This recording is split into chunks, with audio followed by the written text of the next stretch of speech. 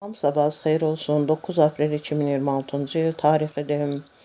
Yaz fəslinin 21-ci günü, Şəvval ayının 21-ci günüdür. Həftənin isə 4-cü cümə axşamı günüdür və bu günümüz mübarək olsun. Bu günümüz xoş, bol, rozili, bərəkətli, can sağlıqlı keçmiş olsun. 9 aprel günündə kimlər işləri arxasında gedirlər, iş yerlərində işləri ilə məşğuldurlar, evdə evdarlıqları, ev işləri ilə məşğuldurlar. Hər birinə can sağlığı, iş avatlığı arzularım.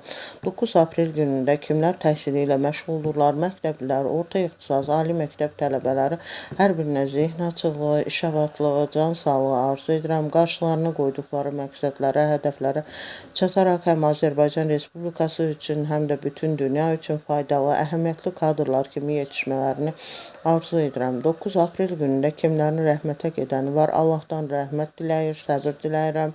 9 aprel günündə kimlərin xəstələri var, can sağlığı, şəfa diləyirəm. Bütün qazilərimizə can sağlığı, şəfa diləyirəm.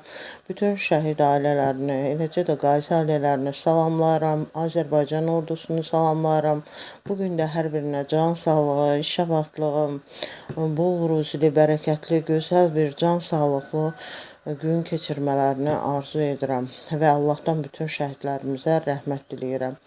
Bununla yanaşı 9 aprel günündə kimlərin ad günü, şad günüdür, hər birini təbrik edirəm. Bu münasibətlə xoşbəxtliyə, can sağlığı arzu edirəm. Bununla yanaşı 9 aprel günündə tarixi günlər vardır. 9 aprel 1413-cü ildə 5-ci Henry İngiltərə kralı olduğu gündür. 9 aprel 1440-cı ildə Bavariyalı Kristofor Danimarka kralı təyin edildiyi gündür. 9 aprel 1865-ci ildə isə Amerika Birləşmiş Ştatlarında vətəndaş müharibəsi zamanı burada cənubların baş komandanı olan Robert Lee öz qoşunları ilə Amatos yaxınlığında kapitulyasiyanı qəbul etdikləri gündür.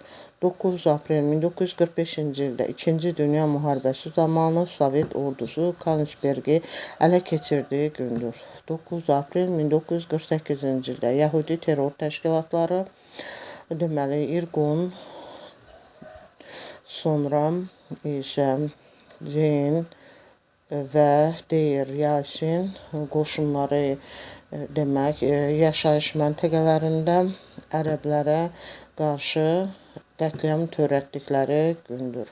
Bununla yanaşı 9 aprel 1968-ci ildə Martin Luther King dəfn edildiyi gündür. 9 aprel 1989-cu ildə Sovet qoşunları Tbilisidə demək mitingi dağıtması zamanı 16 nəfərin həlak olduqları gündür. Dinlədiyiniz üçün təşəkkür edirəm.